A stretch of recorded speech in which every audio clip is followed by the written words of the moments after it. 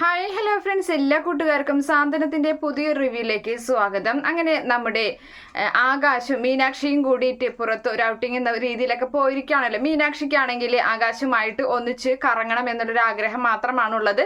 പക്ഷേ അതൊന്നും തന്നെ നമ്മുടെ ബാലൻ സമ്മതിക്കുന്നില്ല. ബാലൻ അവിടേക്ക് പോകുന്നത്, മീനാക്ഷി പോയിരിക്കുന്നത് ഒരു ട്രെയിനിങ്ങിൻ്റെ ഭാഗമാണെന്നൊക്കെ കളവ് പറഞ്ഞിട്ടൊക്കെയാണ് പോയിട്ടുള്ളത്. എന്തായാലും ഇടയ്ക്കിടയ്ക്ക് നമ്മുടെ ആകാശിനെ വിളിച്ചിട്ട് പറയുന്നുണ്ട്. ബാലൻ പറയാണ് ആ ആളെ കാണാൻ പോയി, ഈ ആളെ കാണാൻ പോയി എന്നൊക്കെ പറഞ്ഞിട്ട് ഒരു സ്വസ്ഥതയും ആകാശിന് കൊടുക്കുന്നില്ല. ആകാശാണെങ്കിൽ അച്ഛനെ പേടിച്ച് വിറച്ച് നിൽക്കുന്ന ഒരു മകനായതുകൊണ്ട് തന്നെ ബാലൻ പറയുന്നതെല്ലാം തന്നെ അതുപോലെ ചെയ്യുന്നുണ്ട്. അങ്ങനെ ഒരു കാര്യത്തിൽ മാത്രം ചെയ്യാൻ പറ്റുന്നില്ല. പിന്നെ ആര്യനെ വിളിക്കുന്ന സമയത്ത് ആര്യം പറയുന്നുണ്ട്, മീനാക്ഷിയുമായിട്ട് എവിടേക്കെങ്കിലൊക്കെ പോയേട്ടാ, ഏട്ടൻ എന്തിനാ അച്ഛൻ ഇങ്ങനെ പേടിക്കുന്നത്, എന്തായാലും ഇവിടെ വന്നിട്ടുള്ള കാര്യമല്ല, അത് ബാക്കി നോക്കിയാൽ പോരെന്നൊക്കെ പറഞ്ഞിട്ട് അങ്ങനെ നമ്മുടെ ആകാശ് ഫോൺ സ്വിച്ച് ഓഫ് ഒക്കെ ആക്കി വെക്കുകയാണ്. ഇതേ സമയത്താണെങ്കിൽ നമ്മുടെ മീനാക്ഷിയുമായിട്ട് ഒന്ന് ബീച്ചിലൊക്കെ ഒന്ന് കറങ്ങാൻ പോകുന്നുണ്ട്. ആ ഫോട്ടോസ് നേരെ അത് നമ്മുടെ മിത്രയ്ക്ക് ഇട്ട് കൊടുക്കുകയാണ് നമ്മുടെ മീനാക്ഷി ചെയ്യുന്നത്. മിത്ര അപ്പോൾ അത് അമ്മയൊക്കെ കാണിക്കുന്നുണ്ട്. പെട്ടെന്ന് അവിടേക്ക് ഓടി വരികയാണ് ദേവി ആ ഫോട്ടോ കാണുകയാണ്.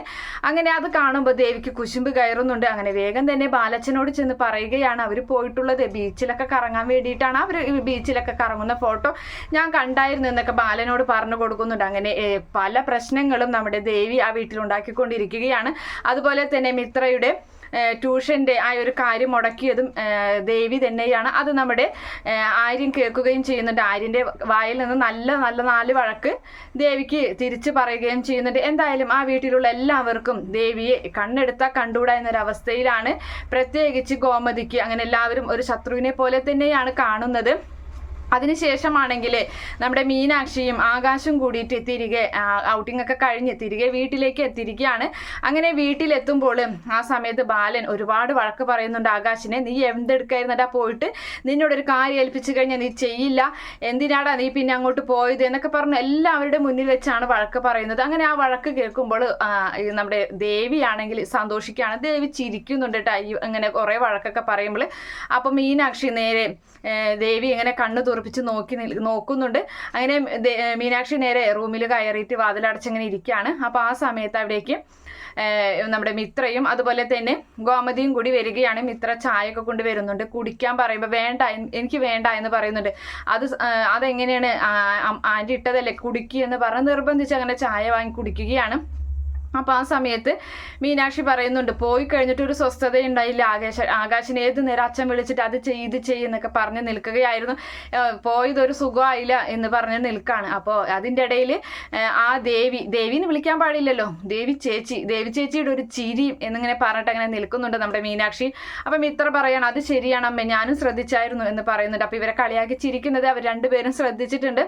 അപ്പോൾ സമയത്ത് ഗോമതി പറയുന്നുണ്ട്, ആ കുട്ടിക്ക് ഇത് എന്തിൻ്റെ കേടാ, ആ കുട്ടി ശരിക്കും പൂർവ്വമാണോ അല്ലെങ്കിൽ അറിയാതെയാണോ ഈ വക കാര്യങ്ങളൊക്കെ ചെയ്യുന്നത്, എന്തായാലും അച്ഛൻ എങ്ങനെ അറിഞ്ഞത്, ഞങ്ങൾ ബീച്ചിലൊക്കെ പോയ കാര്യം അച്ഛൻ എങ്ങനെ അറിഞ്ഞതെന്ന് ചോദിക്കുന്നുണ്ട് മീനാക്ഷി. അപ്പോൾ പറയാണ്, ചേച്ചി എനിക്ക് അയച്ചു തന്ന ഫോട്ടോ ഞാൻ അമ്മയ്ക്ക് കാണിച്ചു കൊടുക്കുന്ന ഇടയിൽ വന്നിട്ട് ദേവി ചേച്ചി വന്ന് അത് കണ്ടായിരുന്നു, അത് അപ്പം തന്നെ അച്ഛനോട് പറയുകയും ചെയ്തു എന്ന് പറയുന്നുണ്ട്.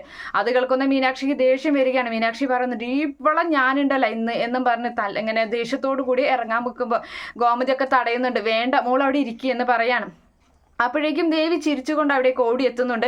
എന്നിട്ട് മീനാക്ഷിയോട് ചോദിക്കുകയാണ്, ആ മീനാക്ഷി എങ്ങനെയുണ്ടായിരുന്നു പോയ ട്രിപ്പൊക്കെ, അല്ല എന്താ വേണ്ടത്, ചായ എടുക്കട്ടെ, അല്ലെങ്കിൽ ചായ കുടിച്ചൂലേ, അപ്പോൾ കയ്യിൽ കപ്പിരിക്കാണ്ട് ഇങ്ങനെ പറയുന്നുണ്ട്. അപ്പോൾ കുളിക്കാൻ വേണ്ടി ചൂടുവെള്ളം ഉണ്ടാക്കണോ എന്നൊക്കെ ചോദിക്കുകയാണ്.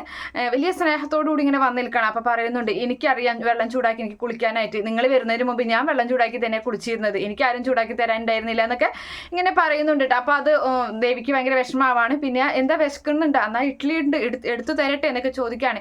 എനിക്ക് ഒരാളുടെ എടുത്തു തരണ്ട, എനിക്ക് നിങ്ങളെപ്പോലെ മറ്റുള്ളവർക്ക് പോയി അവിടെയും പറഞ്ഞ് തല്ലുപിടിപ്പിക്കേണ്ട സ്വഭാവം എൻ്റെ കയ്യിലില്ല, എനിക്ക് അതുകൊണ്ട് നിങ്ങളുമായിട്ട് യാതൊരു തരത്തിലുള്ള ഇതുമില്ല എന്നൊക്കെ പറയുമ്പോൾ എന്താ മോൾ ഇങ്ങനെയൊക്കെ പറയുന്നതെന്ന് ചോദിക്കുന്നുണ്ട്. അപ്പോൾ പറയാണ്, കാര്യങ്ങളൊന്നും അറിയാത്ത പോലെ സംസാരിക്കേണ്ട, എല്ലാത്തിനും കാരണം നിങ്ങൾ തന്നെയാണെന്നൊക്കെ പറഞ്ഞിട്ട് നമ്മുടെ മീനാക്ഷി ദേവിക്കുള്ള നല്ല ചുട്ട മറുപടി കൊടുക്കുന്നുണ്ട്. എന്തായാലും എല്ലാവരും ചേർന്ന് നമ്മുടെ ദേവിയെ നല്ല രീതിയിൽ ആക്രമിക്കുകയാണ്. എന്തിനാണ് ആവശ്യമില്ലാത്ത കാര്യങ്ങളൊക്കെ പറഞ്ഞു കൊടുക്കുന്നത്, ബാലച്ചനോട് എന്തിനാ അതൊക്കെ പറഞ്ഞു കൊടുത്തതെന്ന് ചോദിക്കുമ്പോൾ, അയ്യോ ബാലച്ചനെ ഞാൻ കരുതി കൂട്ടി പറഞ്ഞതല്ല, അതിങ്ങനെ പറയണിടയിൽ പിന്നെ ബാലച്ചൻ ഈ വീട്ടിലെ കാരണവരല്ലേ, അപ്പോൾ കാര്യങ്ങളൊക്കെ അറിഞ്ഞിരിക്കേണ്ടേ എന്നൊക്കെ പറഞ്ഞ് നമ്മുടെ ദേവി അങ്ങനെ വെളുപ്പിക്കാനൊക്കെ ശ്രമിക്കുന്നുണ്ട്. എന്തായാലും അങ്ങനെയൊക്കെയാണ് നമ്മുടെ കഥയുടെ മുന്നോട്ടുള്ള പോക്ക്. ആ ഒരു ഭാഗമൊക്കെ എന്തായാലും നമുക്ക് ഉടനെ കാണാം. Okay friends, bye, thank U.